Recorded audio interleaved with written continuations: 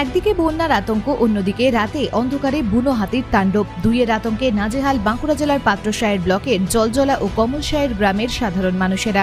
রাতের অন্ধকারে ধানের মড়াই থেকে ধান খেতে দেখা গেল বুনো হাতিকে। আবার সাত সকালে ধান জমিতে তাণ্ডব চালানো বুনো হাতি। রাত জেগে পাহারা দিচ্ছে এলাকার মানুষরা। বাঁকুড়া জেলার পাত্রসায়ের ব্লকের জলজলা ও কমলসায়ের গ্রামে এই মুহূর্তে বুনো হাতির তাণ্ডবে চরম আতঙ্কে রয়েছেন এলাকার সকল সাধারণ মানুষরা।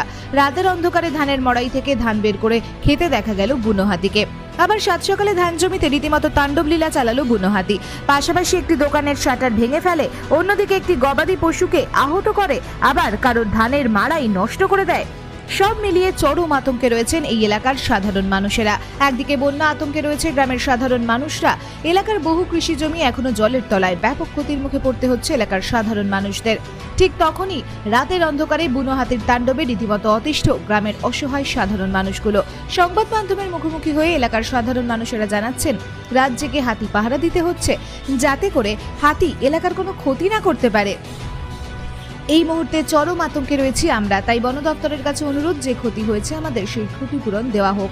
অন্যদিকে পাত্রসায়ের বন দপ্তরের পক্ষ থেকে জানানো হয়, সরকারি নিয়ম অনুযায়ী ক্ষতিগ্রস্তদের ক্ষতিপূরণ দেওয়া হবে। হাতিতে ক্ষতি বলতে দেখুন, বানাতে ধান চলে গেছে, আবার এসে মোড়াই ভেঙে ঘরে অত্যাচার করছে, গরু ছাগল মানে মেরে দিচ্ছে, দোকান ভেঙেছে। আপনার কি ক্ষতি হয়েছে? হ্যাঁ, ধানের মোড়াটা দেখুন ভেঙে দিয়েছে। কতটা ধান খেয়েছে? হ্যাঁ, এখন বলা যাচ্ছে না, আন্দাজে কি বলবো, এখন বছর তারপর খাবে। কতটা ক্ষতি হলো? একদিকে বর্ষার ক্ষতি, একদিকে বর্ষার ক্ষতি হলো, আবার ধান মানে ধান চলে গেল, আবার ঘরের ধান খেয়ে চলে যাচ্ছে হাতিতে। বানাতে ধরো কালকে কত ঢুকেছিল? কালকে 11:30 নাগাদ হবে। কতটা আতঙ্কে রয়েছে? আতঙ্কে ভালোই আছি আমরা। কি চাইছেন আপনারা? কি চাইছেন? ক্ষতিপূরণ দিলে তো ভালোই হতো।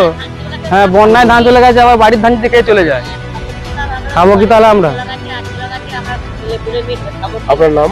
হয়েছিল বলতে বললে সকাল থেকে 8টা থেকে বললো যে হাতি এসছে, যে তখন তো আমাদের এদিকে বন্যা বলে কেউ ওই করি না, যে এইদিকে আমাদের বন্যার জন্য হাতি পেরিয়ে আসবে, কেউ গুরুত্বই করিনি। দিয়ে দেখছি ওই গ্রাম থেকে এসে দেখছি এইদিকে হয়ে আসা যাওয়া করে এইদিকে চলে গেল। দিয়ে ওখানে এসে প্রথম একটা মোড়াই খেলো, খাওয়ার পরে আমার একটা ছোট বাছুর ছিল এখানে শুয়েছিল, দিয়ে বাছুরটাকে পা দিয়ে যখন বাছুরটা চিৎকার করে উঠলো, তখন ঘর থেকে বেরিয়ে এলাম। দিয়ে এসে দেখছি যা কোনো কিছু দেখতে পাইনি আমাদের গ্রামের লোক। দিয়ে দেখছি তখন অন্য গ্রামে ঢুকে গেছে। কতটা আতঙ্কিত? হ্যাঁ, কতটা আতঙ্ক? কোন ধরুন এবারে দেখতে পাচ্ছি না জিনিসটা, এবারে কোথায় রয়েছে না রয়েছে সেটা আমরা কি করে ভাববো? এবারে মানুষ তো আমরা সেটার জন্যই আমরা সব এবারে ইয়ে করছি। হ্যাঁ, ইয়ে করেই যাচ্ছি।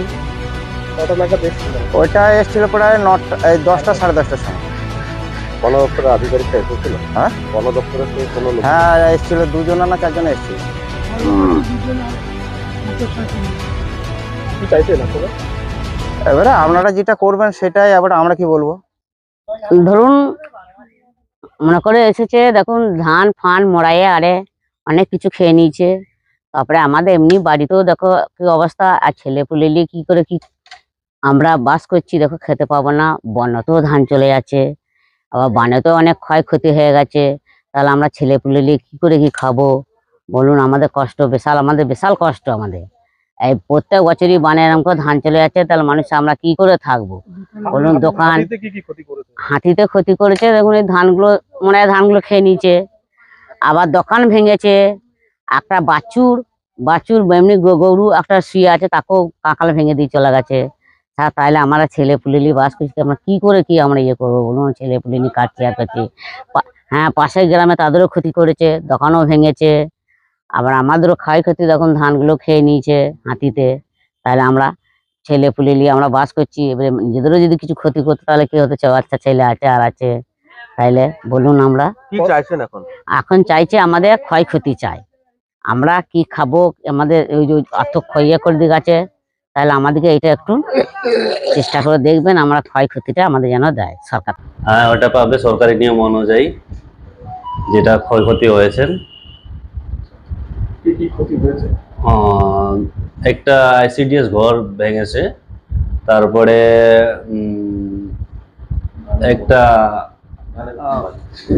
খুবই প্রচুর ক্ষতি হয়েছে। যে আর একটা ছিল কি ধানের মড়ায় ক্ষতি হয়েছে, আর একটা শাটার না শাটার ক্ষতি হয়েছে। ওগুলা সব আমাদের বন আধিকারিকরা সবাই দেখেছেন। তো ওইটা ক্ষতিপূরণের সরকারি নিয়ম অনুযায়ী ব্যবস্থা করা হবে। অমর মাঝি।